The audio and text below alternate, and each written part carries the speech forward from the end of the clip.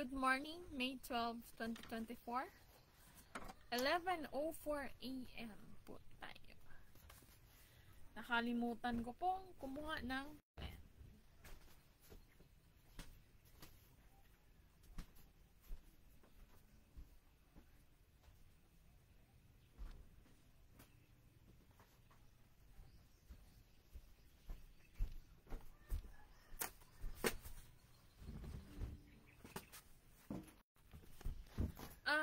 Wala naman po akong masyadong sasabihin ngayon. Talagang kailangan ko lang pong kasi nagtataka po ako bakit po ang daming nangyayari sa ating dito sa Pilipinas. Nagtataka po ako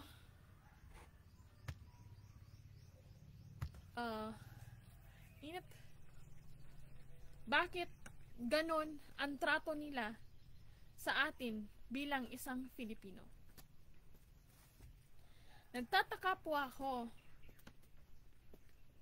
bakit pag nagkasala ang Filipino sa Guangzhou ay talagang papatay na agad. Sorry sa words ha. Nagtataka po ako bakit ganon din sa iba na sila po, when it comes to the law, sila po yung nasusunod. Nagtataka po ako bilang isang Filipino dito, halos hindi natin maprotektahan ang tinatawag na human rights. Ngayon po, ano po ang ating tinatawag na constitution law? Dito kasi sa Pilipinas, nagtataka po ako, andito po ang ibang lahi sa Pilipinas. Pero, the way po sila magtrato sa atin bilang isang Filipino, binabastos po tayo bilang isang Filipino.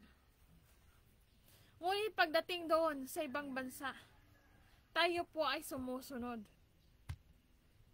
Rumerespeto po tayo sa kanilang batas.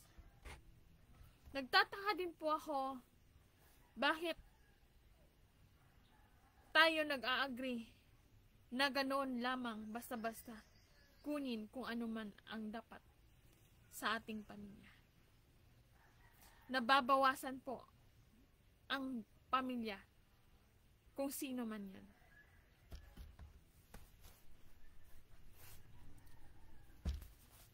Ngayon po, may paparinig po ako at very interesting po. Alam ko po na it's difficult to handle, but let's see po, and talaga naman pong makikinig lang naman po tayo. Ipagpasensyahan niyo po ang aking kapangahasan ulit. It's because we have the right to know what is our rights as a human here in the Philippines and in outside in the Philippines. How we can protect our human rights, especially the Filipinos are not here in our country. Ako lamang po ay nagtataka bilang isang Filipino, bakit tayo ganun sa kapwa nating Filipino? Let's proceed po, makinig po tayo. Ang title niya po, Dalawang Pilipino.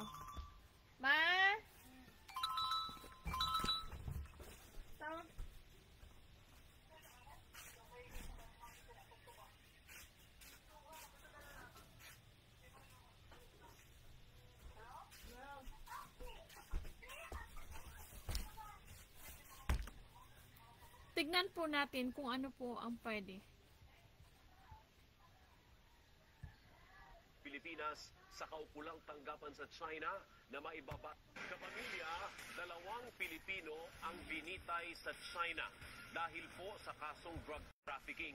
Sa pahayag ng Department of Foreign Affairs, kinumpirma ng Philippine Consulate General sa Guangzhou ang pagbitay sa 2 naaresto noong 2013 at nahatulan noong 2016. Nagpaabot ng pakikiramay ang gobyerno sa pamilya ng dalawa.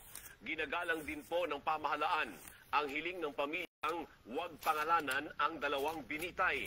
Ayon sa DFA, naibigay ng gobyerno ang lahat ng tulong sa pamamagitan ng konsulado at Migrant Workers Affairs. Inapila rin ng Pilipinas sa kaukulang tanggapan sa China na maibaba na lang ang hatol sa habang buhay na pagkabilanggo. Nanaigman sa huli ang pasya ng korte, nirerespeto ng Pilipinas ang batas at legal na proseso ng China. Nagpaabot din ng tulong ang gobyerno sa pamilya ng mga binitay. Sinamahan at inalalayan sila ng DFA sa kanilang compassionate visit sa Guangzhou na pinunduhan ng Assistance to Nationals Fund ng Kagawaran.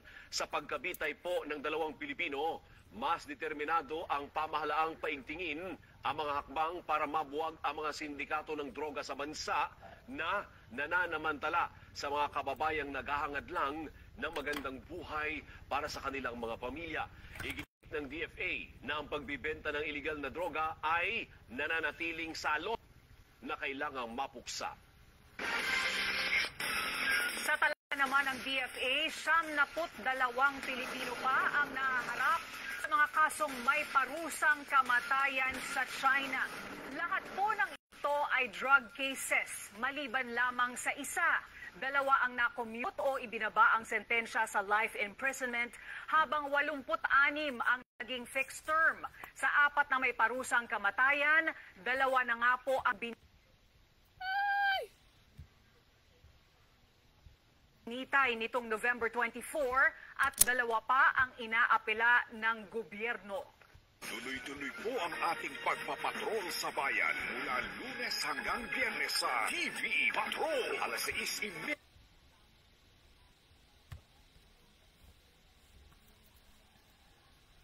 Hindi ko na-gets masyado.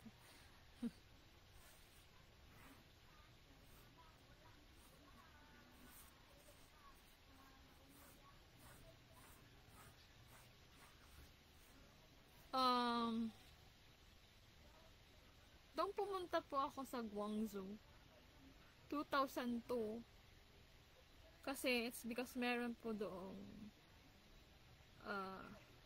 Europe Embassy ata. Europe Embassy.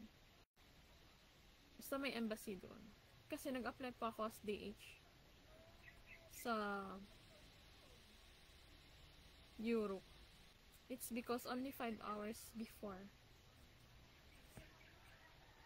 ang katulong doon.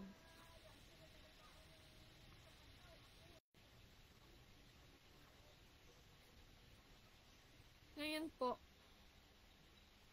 alam kong wala pong proof. Pumunta po ako ng Guangzhou para nire-repeat ko lang. Para sa embassy. At nagbayad po ako doon ng magkano, Hong Kong dollar. Sumakay po ako ng taxi.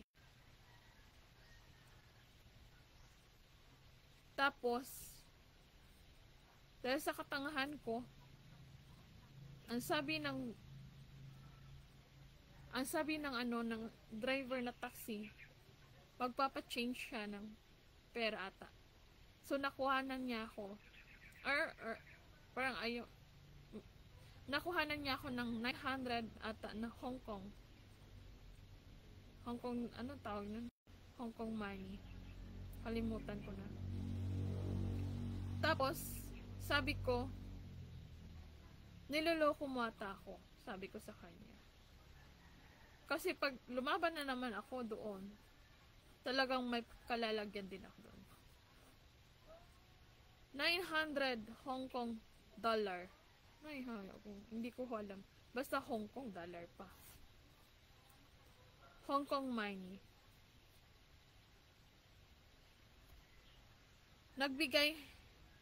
Pagkatapos nun, nakababa ako. Pagkatapos nun, nakapunta ako ng embassy. At binayad ko yung perang yun. Tapos ang sabi ng embassy, fake ang pera. Buti na lang, may extra pera ako. Dahil may sahod ako ata. Dagdag doon. Kaya, nakabayad ako sa embassy for visa.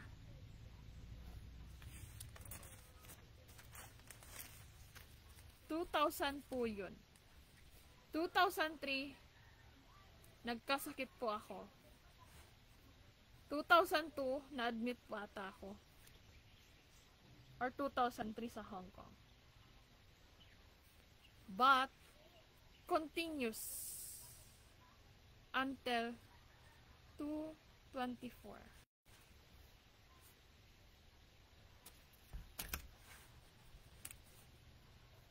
Until now, nagtitake po ako ng gamot, but only evening. 1 medicine, 2 medicine, only evening. Chewable and oral. Same lang din naman. But still, nagme-melt kasi doon sa bunganga.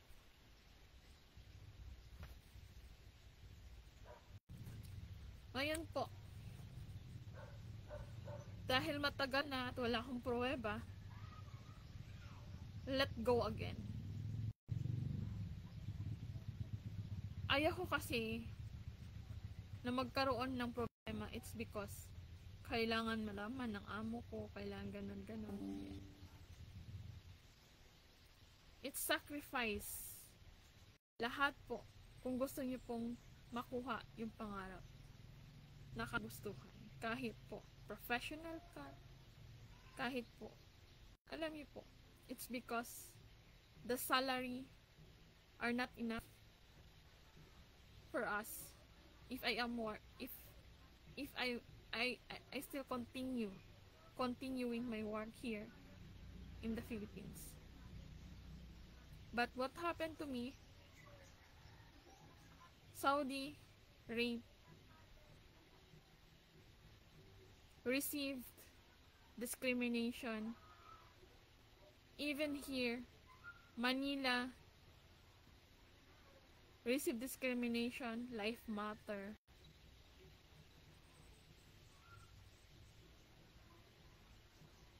Davao, harassment. Sinipa niya yung pintuan eh. At saka yung babae, sabi niya, resibo lang. Gaganon-ganon siya. Pumasok siya konti sa room namin. Tapos sinabihan niya ako na hindi ako gumagamit ng kokote ko.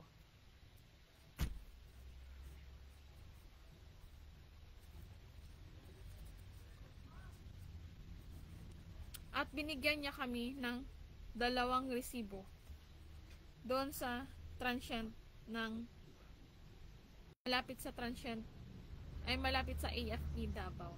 2 resibo lang, but 4 days. 3 days lang dapat ang babayaran, pero 4 days ang dapat. Kasi, binayaran namin ang 1 day na hindi kami natulog doon.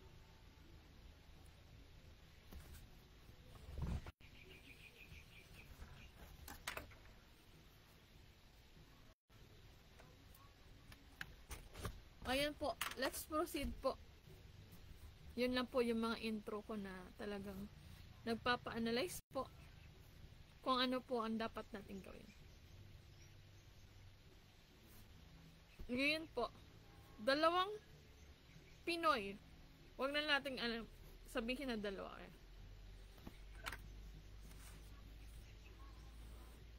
Ano po ang nakakapaloob sa Constitution Law?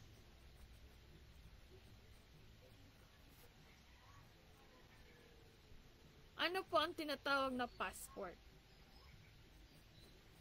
documents pag nasa labas na po tayo. Pag lumabas ba tayo, protektado ba tayo ng constitution law dito sa ating bansa?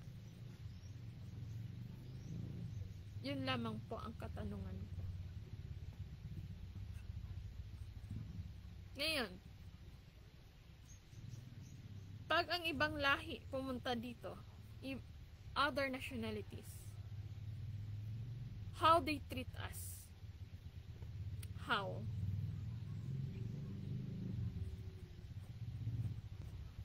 And then,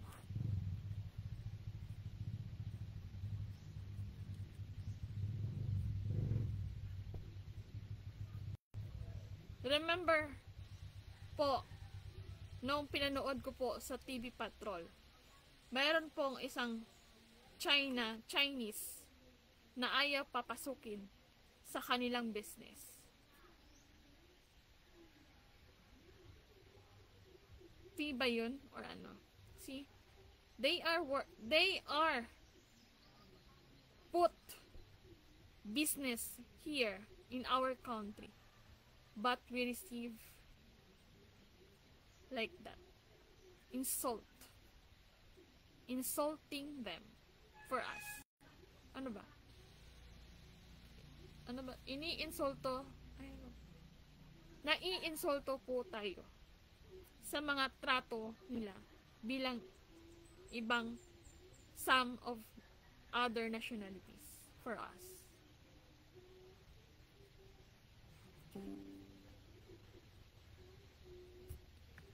So, ano po ang dapat gawin para respetuhin tayo?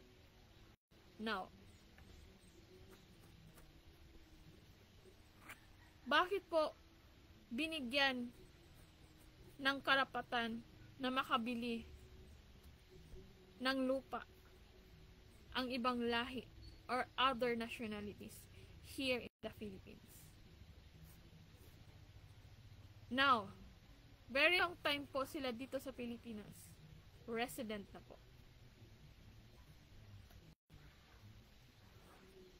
Now,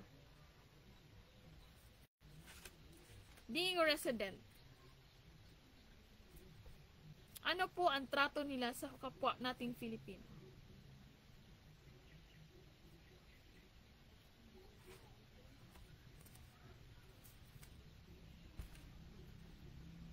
Ngayon po, bakit po ganon ang mga ibang nationalities sa atin?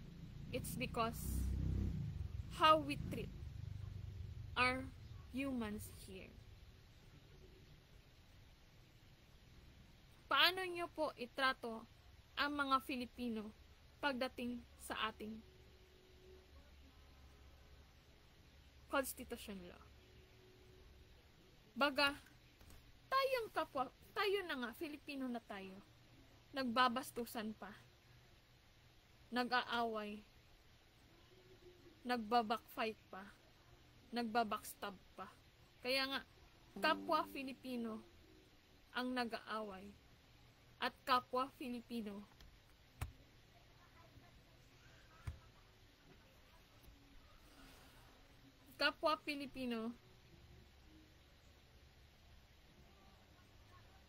gumaganon sa atin. Sorry, that's the reality. Now, my question, the other nationalities, how they treat us?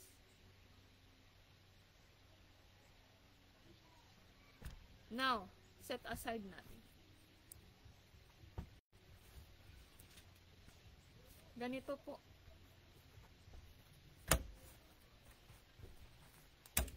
Now, in other country, ay hindi pa pala.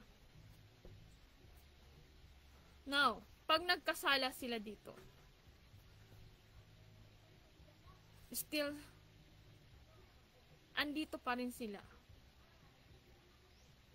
Either na nahuling sinampal yung Filipino, binaril yung Filipino, pinatay yung Filipino, or ano, ang ginagawa natin, deport. Deport, but nakakulong sa kanila. How po na 100% they are still in jail?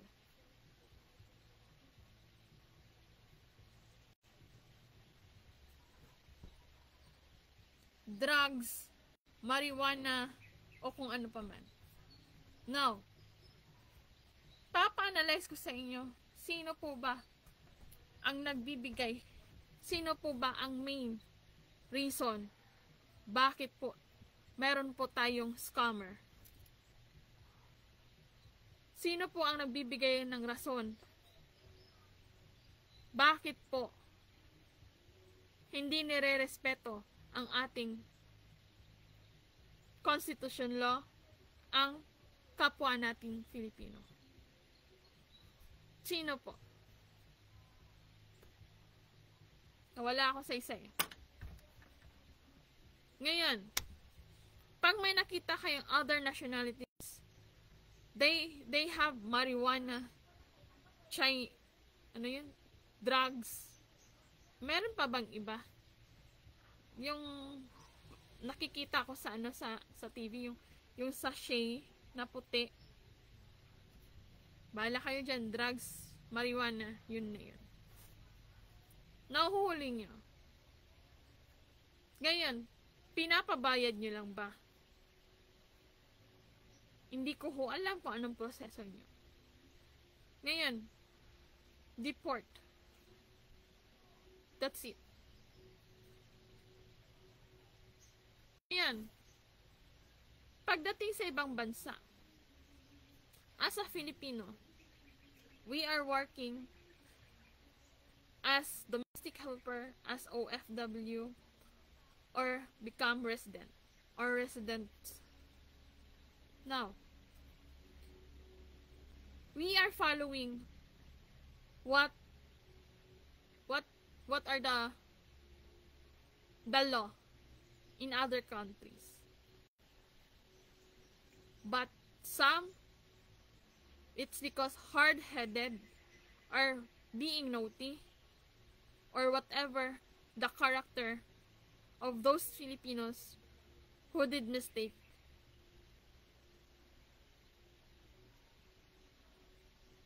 What are the punishment for them? Now, let's analyze again.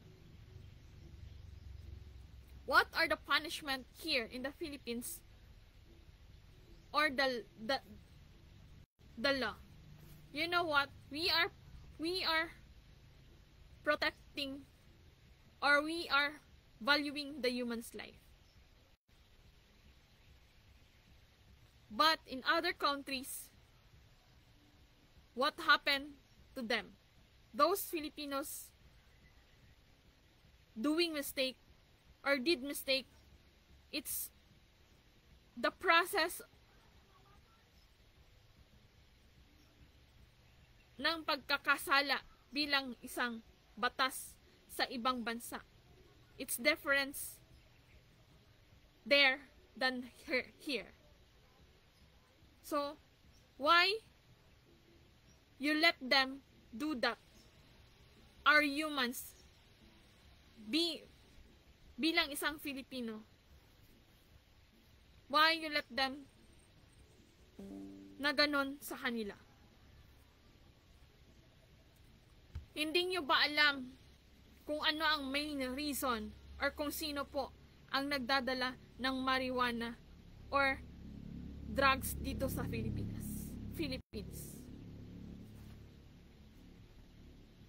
At bakit po nagkakaroon po tayo, tawag niyan, yung mga gamit na galing sa ibang bansa na walang tax?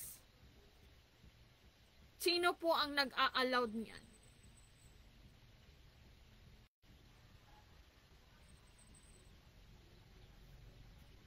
Now,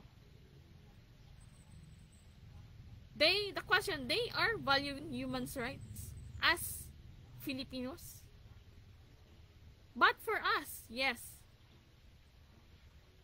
But it's depend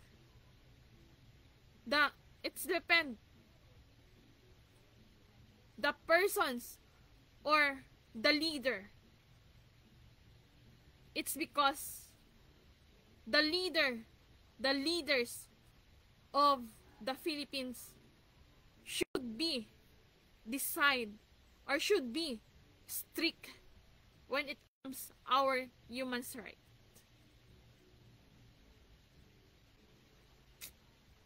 Ano po ang gagawin natin dyan? Ako po'y curious bilang isang Filipino, isang normal or simpleng civilian dito sa Pilipinas na to. Now, how we handle the case, those people repeat another doing mistake. Mistake, it's not a mistake. Why? It's their choice. But for us, but for them here in the Philippines, mistake, still mistake. And then, go home. But, what's constitution law for them? What is the law for them? Anong parusa ang binigay nyo sa kanila? Ganon lamang po yung mga analyze ko sa inyo. At ako lamang po isang nagtatanong lamang at nagbibigay at nagtataka sa mga bawat naririnig ko at nakikita ko at nababasa ko dito sa YouTube bilang isang Filipino. Salamat po sa lahat. Thank you very much po. Kita-kita tayo po ulit. Salamat! God bless. Remember po, God is watching us. Every decision we have or we made, God watching us. Yung Panginoon po natin ay tayo ang naging instrumento para magkaroon po tayo ng maayos na pamumuhay, freedom, lahat po na nakikita natin ay nakadepende po sa atin lahat. So, each of us, please respect us. Each of you, please respect us. Tignan nyo po yung sa tabi nyo. Ngumingiti. Tignan nyo naman po sa kabila. Nagayuhong. But, that's what we call fighting spirit. Kaya nga, be kind. Always. So, mafi mushkila. Patience, always. So, mafi mushkila. Pero for me, I don't know. It's easy for me to give, or it's easy for me to tawag nito, magbigay ng palaisipan sa ating lahat-lahat. But for me, I don't know. So, thank you sa lahat-lahat. It's 29 minutes po. Sana po ma-realize po natin ang ating mga kamalian at ang ating ginawa dito sa ating bansa. Either not, lahat po mga leaders natin ay may ginawang kabutihan at still be continuous po para naman po ma-inspire din po ang mga Filipinos at kayo po ang nagbigay sa amin ng yung tinatawag na kakayahan or maayos na pag-iisip or magandang buhay para makuha po natin yung dapat at binigay ng Panginoon sa atin. So, let's enjoy and think positive. Thank you. 29 minutes po tayo.